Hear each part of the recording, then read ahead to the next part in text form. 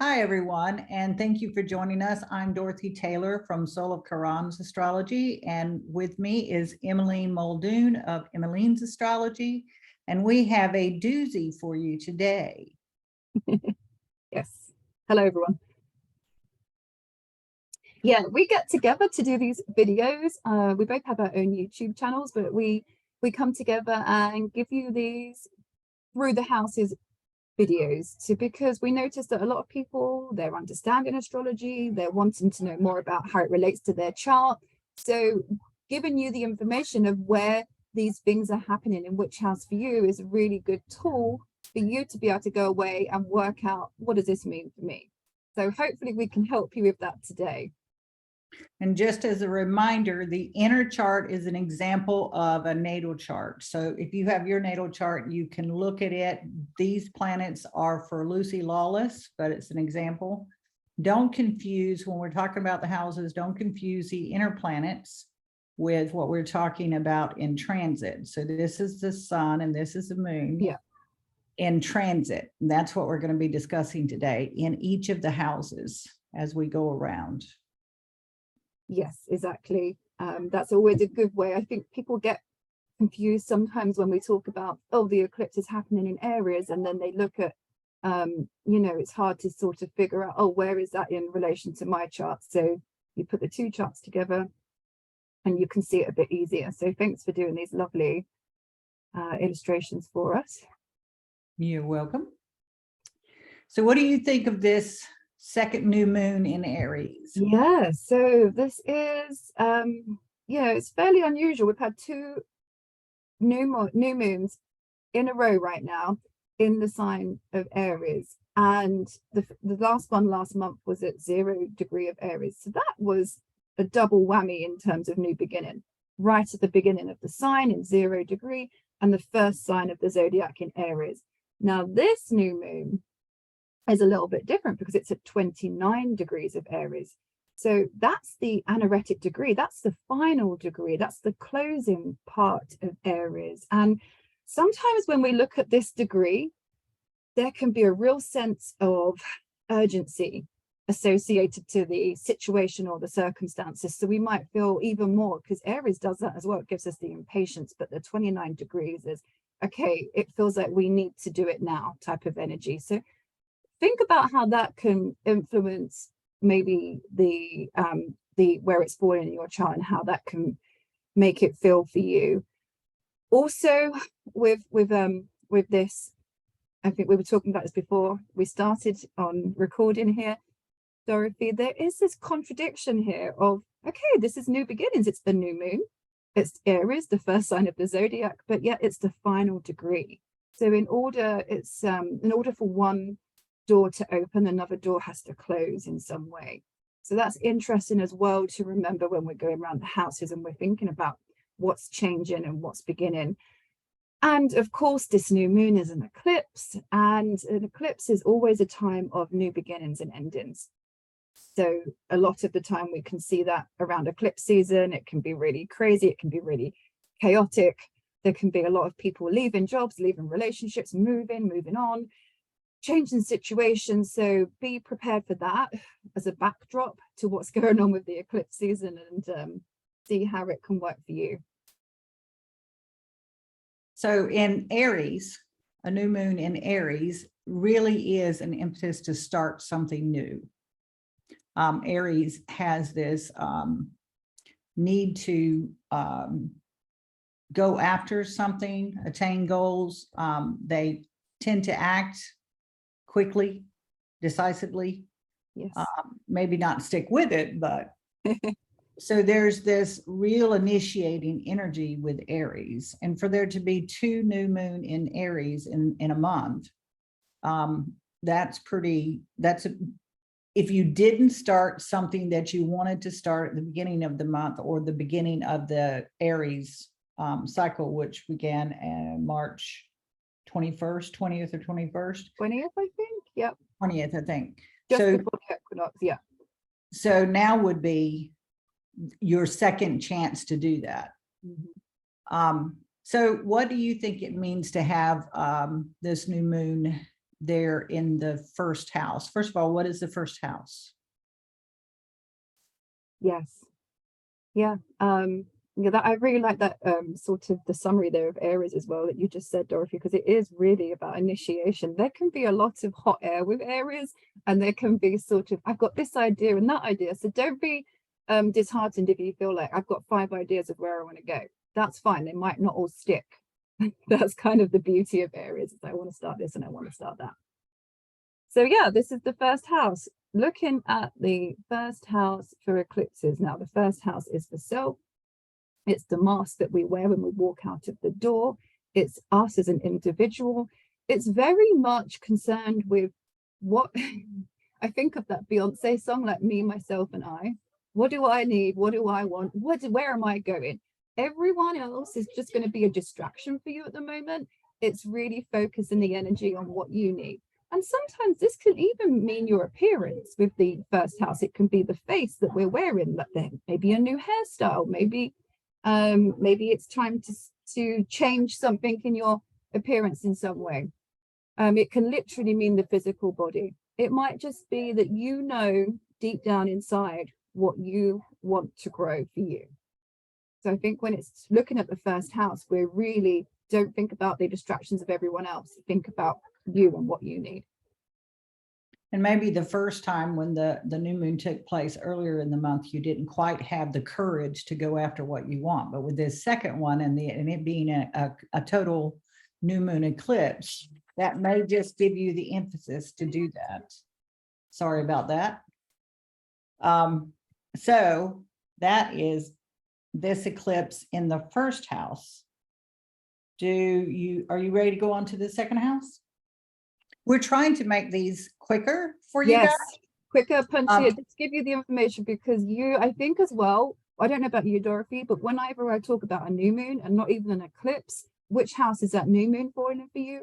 9 times out of 10, my client will say, oh, I can sense that new moon coming. So you're probably sensing where this is coming for you. So yeah, agree. Right.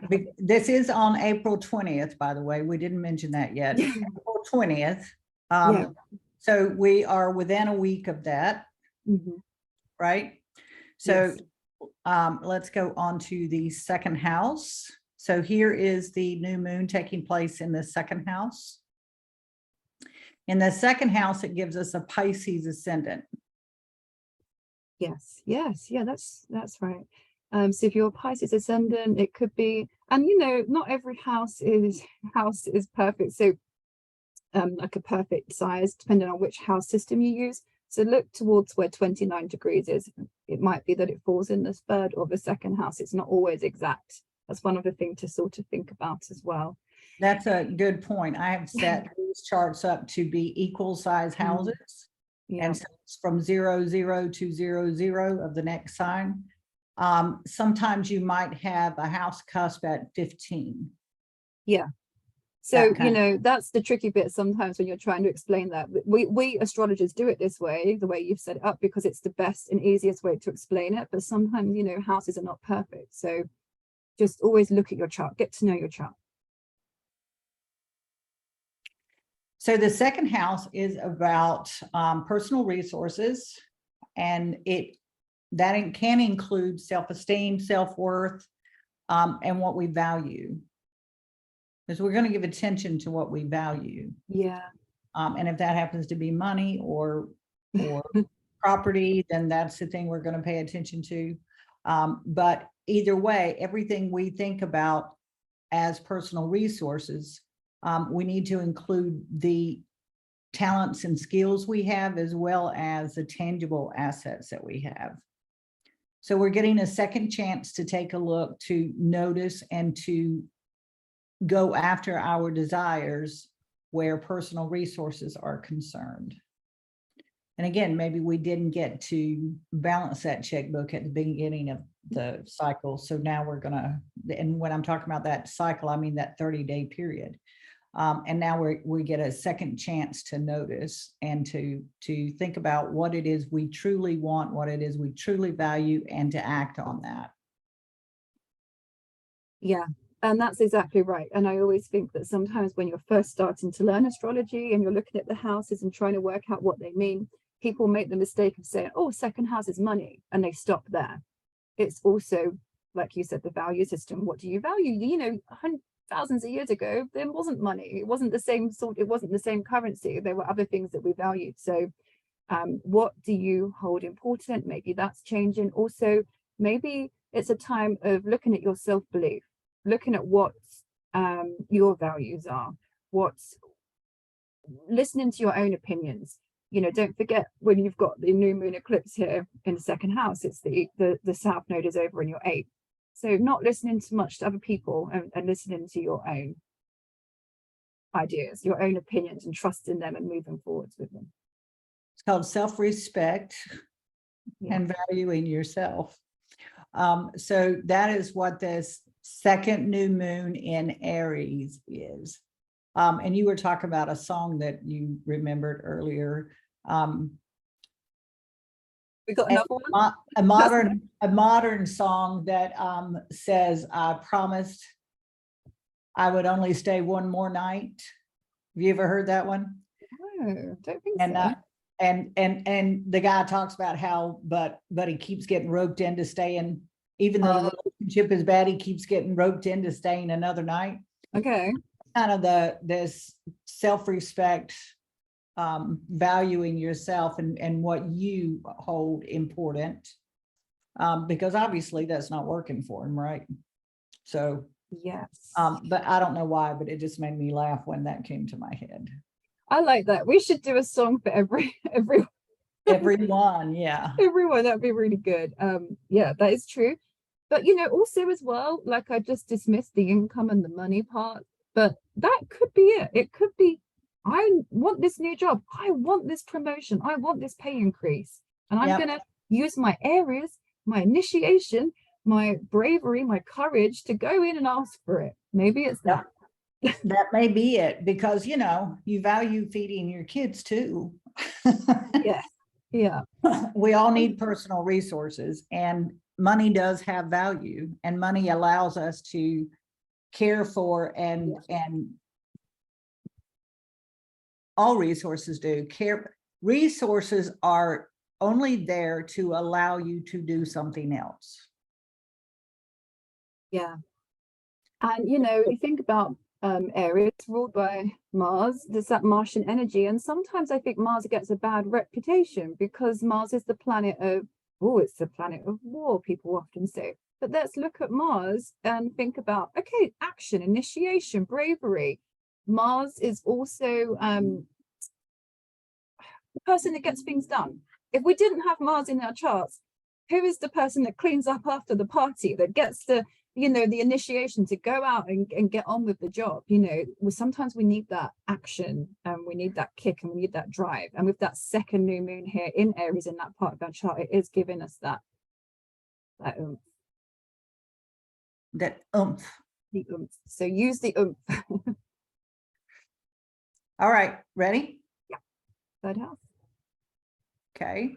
I like the third house. I like the third house too. So the third house, though, it's about your local environment. It's about learning, and learning in a way of personal learning. Yes. It's about immediate communication with the people around you, your neighbors, your household, those sorts of things, local commerce. And so the third house, and communications and understanding, perceptions and understanding, and all of those things are right in your local environment. And so a new moon solar eclipse in this area implies that you are going to get an opportunity to perceive something new in your environment. And you may need to do that because you go after the information. So be curious. You use your initiating energy to ask questions. Just don't be too overbearing when you're asking the questions, because it is Aries. But also to think about things in a new way. And I see you're biting at the bit to say something, Evelyn, so I'm going to let you do. No, I was musing over that. Yeah, sometimes you can. When you've got a strong Aries, it can be talking and then regretting it afterwards. You know, so I was thinking, oh yeah, that's true. I like that idea. But yeah, third house, I always think about the mind communicating, what we're doing right now, like podcasting, YouTubing, all those things. So it might be that you want to start that book. You've been saying for years, I want to write this book, I want to channel down, my ideas. It might be that you want to start recording a podcast or doing some YouTube content. It might be that there's this course that you've been wanting to do for ages and you haven't had maybe the courage for whatever reason. Maybe it's financial, maybe it's because you have been doubting your abilities in some way, but now is the time to take the courage to do that form of communication, that form of learning. So, if you, like you were saying earlier, Dorothy, if you haven't done it on the last new moon, use this new moon to move forward with your plans of education or communication. And that is a key of Aries. It's about doing. Yes, it is. It's not about thinking or planning. It's about doing. So take action at this new moon to set a new course. I love Aries energy for that. Yeah. That initiation, that courage, that bravery is something we all need. And I guess we didn't get enough of it the first new moon around. Yeah. Well, as well, I'm a Libra sun. So, my sun is, they say it's the sun is it's exalted in Aries because it's meant to be shining for you. So sometimes I think we can all be a bit too humble and say, oh no, I don't want to put myself forward. Oh, I can't do that for me. I've got commitments. I've got my children. I've got this to think about. I've got my parents to think about. Whatever excuses you put forward, that is not the Aries side of you. So this new moon eclipse in Aries, it's very much, well, what do I need right now? And it isn't selfish to put yourself forwards. No, as a matter of fact, you were talking about taking a course. The opposite is true too, teaching a course, being brave to stand in front of a group of people and teach them what you already know. And in a local environment like, community college would be great for this because it's just real world experience and you are teaching people something that they've come there to learn. They're already interested, like I hope our viewers are. And you want to take the opportunity to become that communicator too, in a way that's helpful to your local environment. Yeah. So ready? Yep. Fourth house. So this is an interesting one, isn't it? How it's going to manifest for you. And let us know in the comments how, how this new moon eclipse is, which house it's in for you and how it's showing up, because it's always good to learn, always good. The more experiences you can learn from when you're looking at charts, the better. So this is an extremely interesting house because when it moves from the third to the fourth house, it goes across this fourth house cusp, which is the deepest, most personal part of the chart. Yeah. It's a deeply emotional house. It is our emotional foundation. And for Aries to be in this house is kind of a little bit of a whammy for the native that has it in their fourth house, and that is a Capricorn. However, Capricorns actually need a good bit of Aries energy. Because the reason that would be is because they are kind of stoic.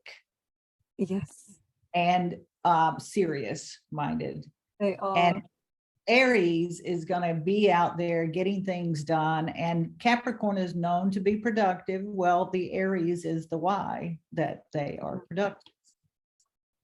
Yeah, that's right.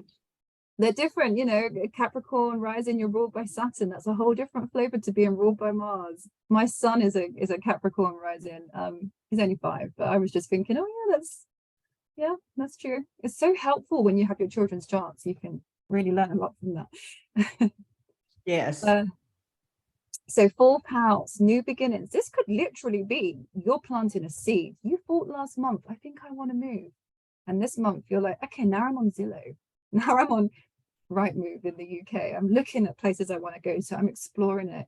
I'm thinking about where I want to go. And, with an eclipse, when it happens, it's happening next week on the 20th. It can literally happen in that week, but the energy lingers on for the next 6 months. So don't forget that, whichever house we're looking at, where this initiation, where this beginning is happening, we're going to see that it moving through that part of your chart for the next 6 months. So maybe you're thinking of moving, maybe you're thinking of redecorating, maybe you're thinking of an extension. There can be changes within the home that happens with a 4th house new moon eclipse. Yeah, taking some sort of action where your home or emotional environment is, even your mother, because that's associated with the 4th house. There's a lot going on in this house that it's a very deeply emotional, personal energy here in the 4th house. So if it's taking place in the 4th house, this new moon will be personal to you in your home, so to speak. It can be your physical home or your emotional home or your intellectual home. Some sort of change is taking place in that. It's something related to a place that you feel is your safe place, your status quo. The place you go to recoup and recover. Yeah, well put. So we're ready for the next one. Yes. Yes, let's go. Let's go. House 5. Oh, one thing we haven't mentioned is in 2 weeks after the 20th, right? 2 weeks, there will be a partial lunar eclipse. And that we'll do another video for that one. Yeah, we should. That'll be, I think it's 14 degrees of Scorpio on May the 5th, I think. Yep. So bear in mind that one is also coming up. So we're working with 2 eclipses within the space of 4 weeks. So, and you know, eclipses come in pairs like that. Yes. Once in a while there'll be a third one in a set, but most of the time it's 2. And right now we're just talking about the new moon. Yes, yes, exactly. Yeah, don't want to confuse people with that. It also they come in pairs. Yeah, it also total and partial also has significant meaning. This happens to be a total eclipse, which means that the sun is completely blacked out because it's a solar eclipse, right? Yeah. And so that has an effect. The world will be, you know, in darkness for a minute or 2 or 3, however long it lasts. I forgot how long it's supposed to last. Okay, so the 5th house, if the 1st house is how we present ourselves to the world, the face we show the world, and when we walk out the door, the 5th house is our creative identity. It's the house of fun love affairs. It's the house where we play. And creativity has a lot to do with what we do for fun. It's also siblings, because they're the first people we play with. Correct? Yeah, it's also the 3rd house is siblings as well. 5th house is definitely like the play energy of who we play with. Yeah. Because of the communication here, because of who we play with. Yes. I have a funny story. My sister said that I never played as a kid. Oh. I think the reason is because she wanted to play house. Yeah. I wasn't so into pretending to clean when I had to clean for real. Yeah. Oh. So we just had a different opinion of what was fun. Yeah, your idea of fun was not what her idea of fun was. No. So the 5th house, the new moon total eclipse in the 5th house, will give you freedom, I think, to express yourself in a more outgoing way with a little bit of courage. Maybe you have that creative project that you want to show to the world, or you want to start creating, and this will give you a little bit of oomph to do that. Courage and bravery for Aries is definitely a big deal. And in the 5th house, when we're talking about us creating something that expresses who we are, that can be a daunting task. It can be something that makes us feel as if we're putting ourselves on the line. Yeah. you're going to have a fun way of creating if you have an Aries fifth house.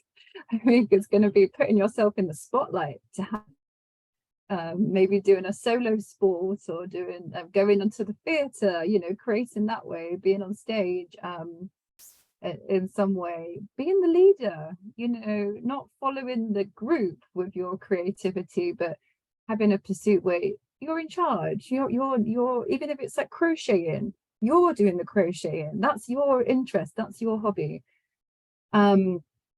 It is also associated with fun and love affairs, like you say. I think some people look at a new moon in the seventh house and think, oh, a relationship could be coming. Well, the fifth house with an Aries new moon like this, maybe you'll meet someone. It'll be a spicy relationship. It would be. It will be if you've got the moon here, a new moon eclipse. You know, Aries is a sexy sign. So definitely a potential there for new love affairs. This total solar eclipse could give you the courage to go and ask that hottie across the class, yeah, wherever you are, yeah, do it. if they want to go out. That would be Yeah, fun do and it. exciting. I like that. Aries Yeah, is exciting. If nothing else, Aries is exciting. it is an exciting sign, and like I said, we all need Aries in our lives, in our charts around us. So it's good to know we need to use it, and right now we need to use it. And yeah, we could use it for creativity, love affairs. The other thing about the fifth house is children. You know, we create children. So in some way, maybe there is a link to new beginnings with your children, or maybe you're thinking about a new relationship with your children, or maybe you want to have children, that type of thing. Now, the pregnancy house is the sixth house. So people often confuse that as well. But, you know, maybe there is a sense of, I want some new beginnings with the children I already have, or making plans for that in the future. Since we have brought up fun love affairs, it's not out of the realm that fun love affair could be with your current mate. Oh yeah, that's true. Yeah. This is sextile, the one-to-one relationship house. Yeah. And so maybe that's who you need to get brave and take a chance with, someone you're already in a relationship with. Maybe you could hot up the relationship that you're already in and start a new cycle that way. Yeah, that's true. Okay. So let's go to the sixth house. Now, you just mentioned one thing about the sixth house. I did, yep. So what follows on? This is the houses West follow on. What follows on from the fun love affairs, sometimes pregnancy. So yeah, the sixth house can be pregnancy. It's very much looking at the everyday, the routine, the 9 to 5, the life that you have between 9 to 5. Now, not everyone has a job, but some people do. So that could be your job, because that falls within what we do between 9 to 5. Now, people who are stay-at-home parents or people that are retired, what is your life like between 9 to 5? That is kind of what the sixth house represents. So those routines, the habits, can also be the body, like nutrition. Maybe you're thinking about your diet. Maybe you're thinking about exercise. There's a lot that the sixth house has. Duties and obligations. What are your duties and obligations? And you know, if you're wanting to start that exercise routine, this is a good time to start that exercise routine. Yes. Because you've got the energy. There's a sort of enthusiasm with Aries energy that comes with wanting something badly enough to take action. And in all of these houses, it's time to take action. Yes. Yeah. Time. Yeah, exactly. This is the time where you'll say, okay, I'm going to do it. I've had enough. I'm going to get up. I'm going to do that walk or that swim, or I'm going to sign up for that 5K, whatever it is. So, you know, not only do we have duties and obligations from 9 to 5 for the boss, but we also need to take the trash out when we go home. Yeah. We need to put the kids to bed, give them a bath, do all of those things that it takes to maintain our lives. So we're maintaining the job 9 to 5, but then maintaining our lives comes after hours, and it's still not stuff you can slack on. Somebody will notice, or there'll be some sort of consequence for not taking care of your duties and obligations. It's a busy house. Yeah, it is a busy house. It holds a lot. Your also house is a make big house too. yeah, my house is. It can also make you feel like you're busy, you know, when you've got a lot of sixth house stuff going on. Mhm. But either way, we're getting a second opportunity to go after something that we want in the sixth house, whether it's aligning with our duties and obligations, if it's a health regime that we want to eat better, exercise. Remember, Aries is about doing, so that exercise is a really good idea.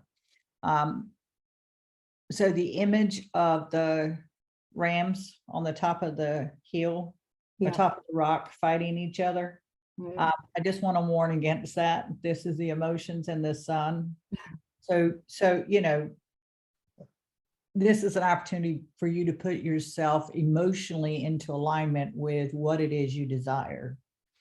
So don't battle with yourself over it. Just decide, take one step, decide what you can do to move yourself forward and do that one thing, then do the next thing. It's pretty easy, but if you fail to do what you need to do or want to do, if you fail to take a step on what you want, then you're just going to feel bad.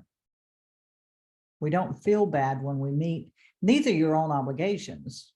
These are your own ideas of what you should be doing, right?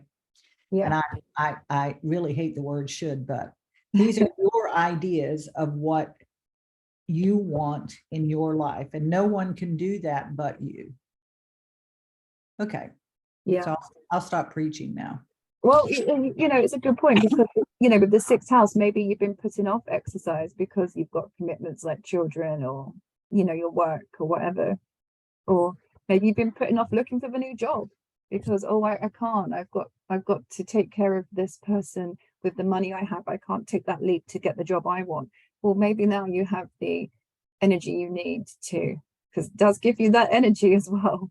And it could be a brand new opportunity out of nowhere that you never even realized was there until it shows up right in front of you. Yeah, it could be a new job. Okay. Seventh house. Yep. The new stuff within your relationship. This is the seventh house incorporates the people that we are close to on a day-to-day basis. So it could be your partner, your spouse, your business partner, that close relationship that you spend a lot of one-to-one time with. So maybe there's new beginnings within some part of your relationship. Maybe you're planning to you know, we're going to take more trips, we're going to start maybe we'll start a job together, maybe we'll start our own business, maybe we're going to maybe we're going to exercise together. You know, I was thinking that very thing. Yeah, so to look at what your partner is having their new moon eclipse as well, because it might be linking up to how you're beginning things with them. Chances are it is. People usually have things in common in their chart. And the seventh house, as Emily mentioned, has to do with like business partners, not just personal relationships, but it is one-on-one relationships. So the people you talk directly to, not your social network, not your friends out there, but people you're actually close to and spend time with at the end of the day, let's say, or talk to on a regular basis about how your work or day is going to go, about finances, those types of things, one-to-one relationships. You wouldn't discuss those things with your friends and associates. At least most people don't. And so this could be a fresh start within your current relationship. Yeah, definitely. Fresh start in the relationship. Maybe you're going to get married. Maybe you're going to make a commitment. Maybe you're going to take some action in some way of your relationship. Maybe you're going to move in together. Although that could be some eighth house stuff as well. Well, we are going to move into eighth house energy Yeah. right after this, so that's appropriate. Yeah, the houses all follow on. You're seeing how they all tell a story. You start. Yeah, and it progresses. Yes. Energy progresses from one area of life to the next. So This is one-to-one relationships. Mhm. The 8th house is shared resources, which is, Yeah. the opposite of personal resources. Yeah. It's shared resources, which is a direct derivative of one-to-one relationships, the resources you share with your partner, Yeah. either personal or business.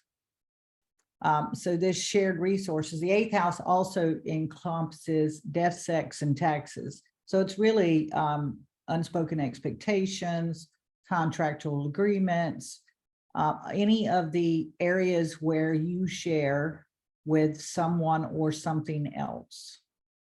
A lot of hidden emotions in this house. It's deep, like the 4th house was deep. Mm.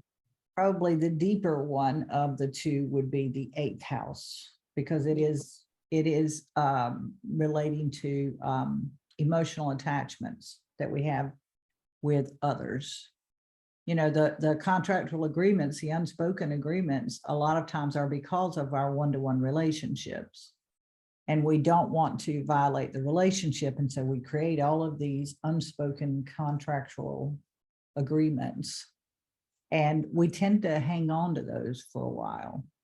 So this could be your opportunity to rewrite some of those contractual agreements, bring them up out of the hidden depths and discuss them in a way that allows you to move forward with a different perspective on them. Summarized that really nicely. I just want to say though that when we say death, it doesn't mean that you're going to die, because I know there's probably one person out there that's listening to is go, "Oh my gosh, it's the house of death." Now it's transformational energy. Yes, yeah. So we don't scare anyone or get any comments about that. When we say death, it's a bit like the I believe the tarot card is the same kind of feel. I don't do tarot cards, but I believe that if you get the death card, it's not you're going to die. There's the end of part of you and the beginning of the new. It's like the transformation, the death and rebirth that comes. So just bear that in mind when we say death, sex, and taxes. It's transformation, it's other people's money, it's contracts with others. Maybe there is stuff with So another thing I want to point out about this new moon and the upcoming, so this eclipse and the next eclipse, both involve signs that are ruled by Mars. This one has the new moon in Aries, which is ruled by Mars. And the next one has the moon in Scorpio and the sun in Taurus. And the Scorpio has Mars as one of its co-rulers. Yeah. So Mars energy is very upfront for all of us right now. And Mars happens to be in Cancer, I believe. The next set of eclipses take place in Venus's signs.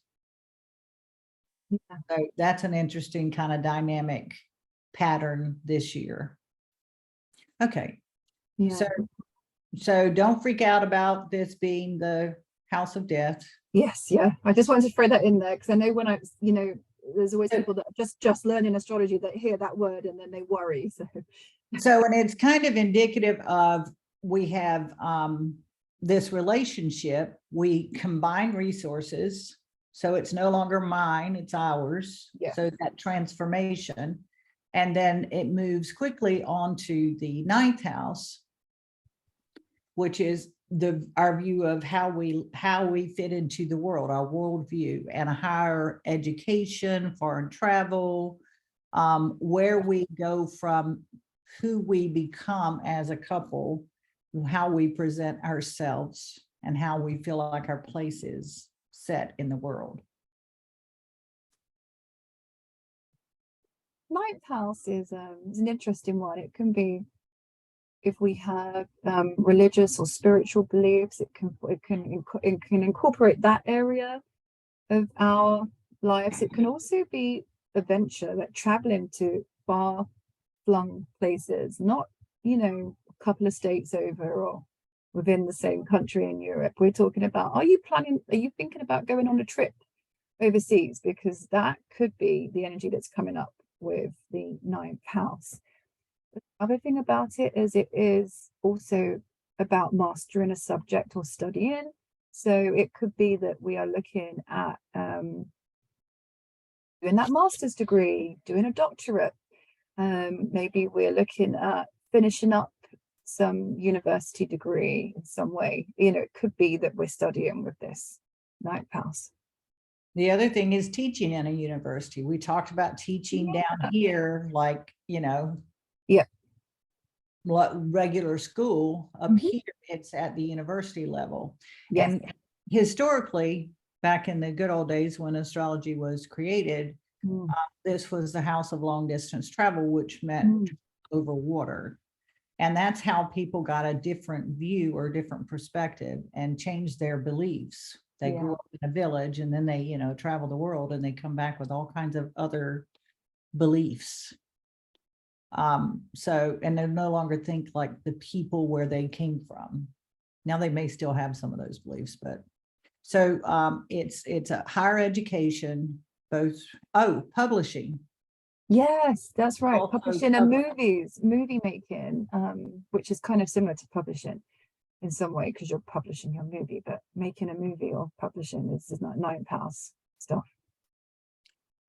So that is exciting. That is exciting. And it's possible that you get a book published, or you start writing a book, or Yeah. you get a university job, or you get accepted to a college, or you get offered a job overseas. Yeah, that's true. All right, you ready for the next one? You finally get the courage to send off your book that's been sitting there to the publishers. And you're so glad you did. Maybe you sent it at the first new moon. Yeah. All right, the 10th house. Exciting. And I think that we've looked at King Charles's chart before from memory. I think this eclipse is in his 10th house, which is interesting because the coronation's going on in the next couple of weeks. So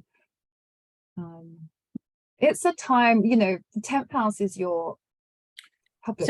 So when is that full moon eclipse? So I think it's the 5th of May. The second When eclipse. is the coronation? The 6th of May. And we did, just so you know, you can listen to this video that we did on King Charles's chart last year, and we pulled up this date for him, didn't we, and said this is very interesting time for him. Jupiter went over his midheaven, etc. But it means that eclipse would be in his 4th house, I think. He's changing his home, he's getting a palace or two. Yeah. So that'll be interesting. But the 10th house is the house of our public identity, our public reputation. It has to do with things like career, not things that the public sees about you or knows about you, like, you know, you're a manager at Target, you're, you know, the labels that you get. And, you know, it's supposed to be what's thought of you out in the public world. Exactly, yeah. Your public identity. Yeah, how the public perceive you, or what your reputation is, what your career is, because that's often what we're seen as. And, you know, we talked about the job in the 6th house. That can be your job. This is the career, the stuff. Yeah, this is the title. This is like, okay, I may be working in a job that I don't like, but I have aspirations to go and be, I don't know, like go be a historian and write a history, but I don't know, whatever it is, this is the job that you want to do and be known for. So having an eclipse in the 10th house is very exciting, especially this eclipse, because this is throwing in to the mix your public persona, your profile, your reputation. It's growing, you're being brave with it, you're changing. So it feels exciting having Aries there.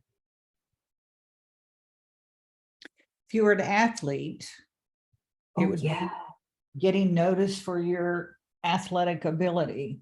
But there's a sense that you're being noticed for what you do And with an eclipse, that's good or bad. You get noticed, good or bad.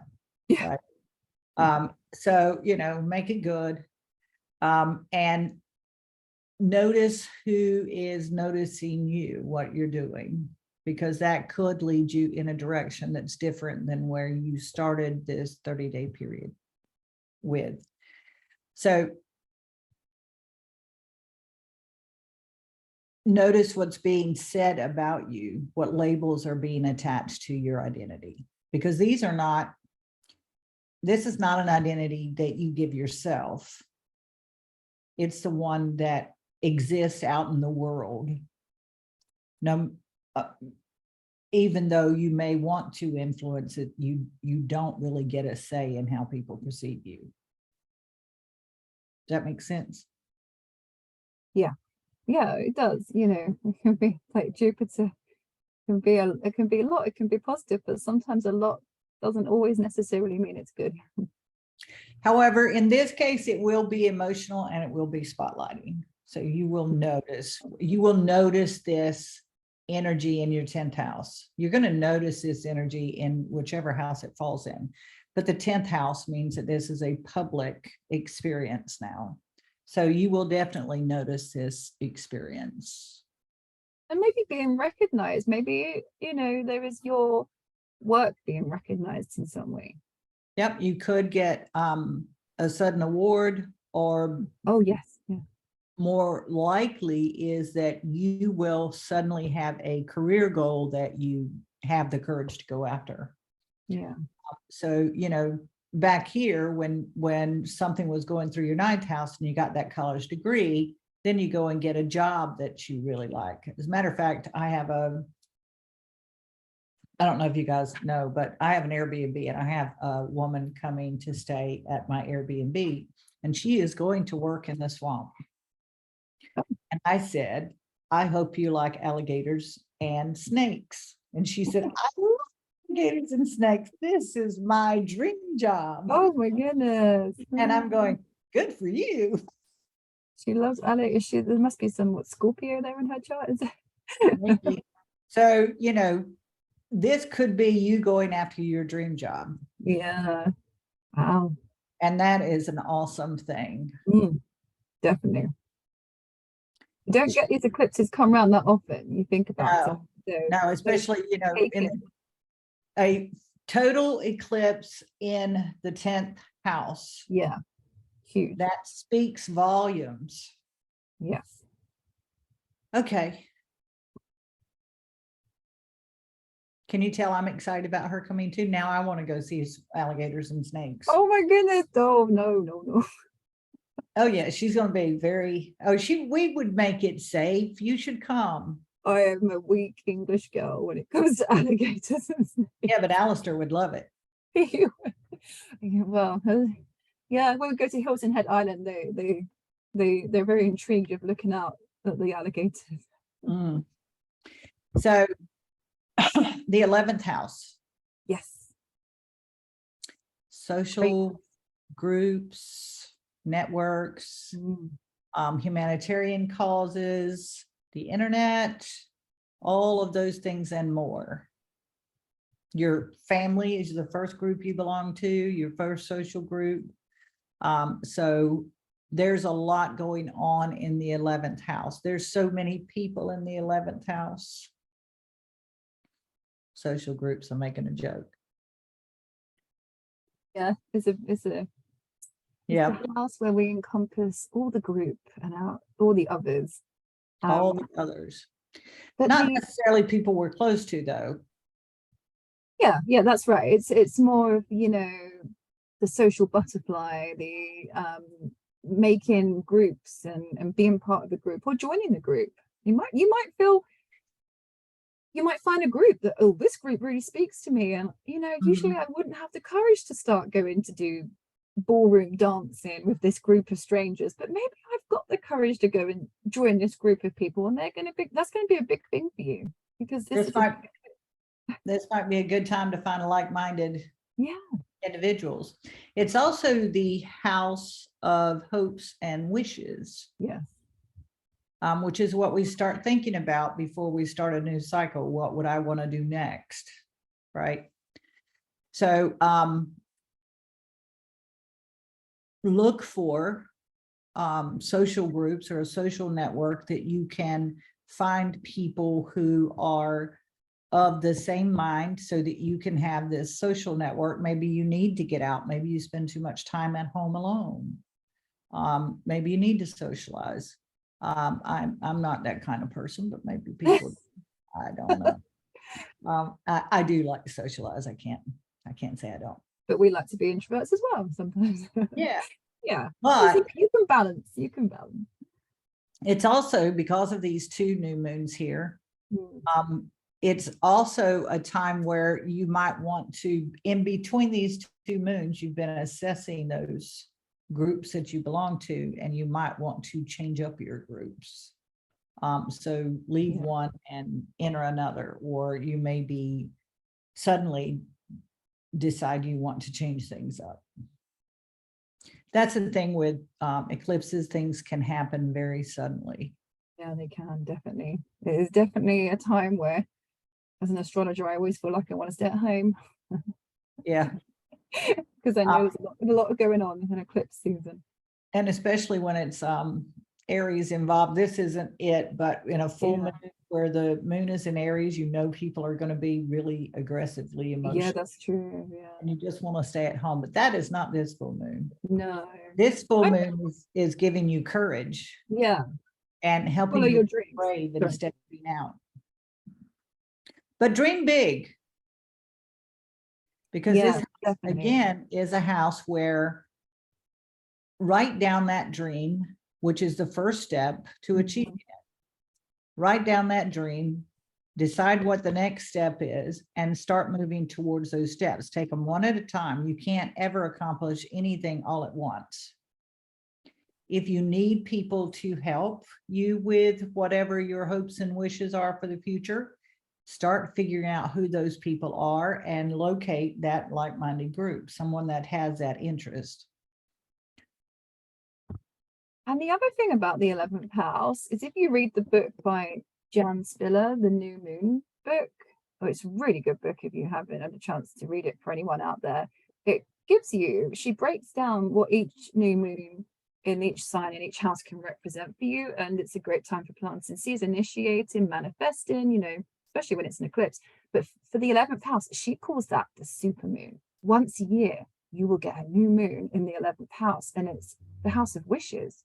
So your power for manifesting is huge. So this is your lucky moon. This is your once a year new moon in the 11th house. Then go and just take a moment, like you said, to sit, write down your intentions, because it's really powerful. Yep. And take that first step. Be courageous. Yeah. So let's go on to the 12th house, the last house that we'll discuss today. Everything else. That's the 12th house, everything else. Anything that we haven't discussed, basically, is kind of the 12th house. Yep. David Beckham, eh? Oh, look at that. Yeah. That's his chart. Interesting. Like it. It's always being a bit nosy, isn't it? Sometimes when you're looking at people's charts. Yeah. But that's okay. He's a public figure. Yeah. Everyone on here was a public figure. That's why they're all public. Yes. It's a good way to learn, look at people's charts, see what's going on. That's why I was saying, put in the comments where this what the house is for you and what's happening, because it can help other people learn, and it's a good way to. And it's not uncommon, it's very unlikely that the house cups are at 0-0 for you. So it's very likely that if I'm talking about this 29th degree of Aries being in the 12th house, it's actually in the first house for you. So when you're looking at this, this is a new beginning for him, isn't it? Look at that. Oh yeah. Wow. And it's on his Chiron. It's so interesting. Yeah. So these are not going to be what is in your chart, most likely. So if it's at the 29th degree and the house cusp is at, let's say, 15 Aries, then this would be in the first house. It would move down into the next house or Yeah. over as you go around the chart. So pay attention to that. Yeah. And don't hesitate to listen to the house, not the sign, because we're talking about Aries, and the Aries new moon total eclipse for each house. So the house is the only thing that's changing in these descriptions. Yeah. Okay, so the 12th house is about the subconscious, the unconscious, letting go and letting God, the spiritual, not religious ideas, the anything that seems mystical and otherworldly. Mm. We're talking about intuition, psychic abilities, that sort of stuff. So with the new moon there, especially here at 29 degrees, that's taking place just before it goes over the cusp of the first house. So this would be considered the ascendant. If you Yeah. hear anyone talking about an ascendant, the first house cusp is considered the ascendant, and it is oh so sensitive. And at 29 degrees 50 minutes, this is happening on that Taurus 00 ascendant. It's 10 minutes away from being in Taurus. And 10 minutes means this would be at 59. It's actually 9 minutes away from being in Taurus. So that is officially a new start for anyone that has the new moon this close to their ascendant. And I keep losing my cursor. This close to their ascendant is a new start. You're letting go of something that's not the idea of letting go and letting God. You're letting go of the past and you're moving into a new future, a new cycle, at least for 1 year. Yeah. Because we're talking about the sun.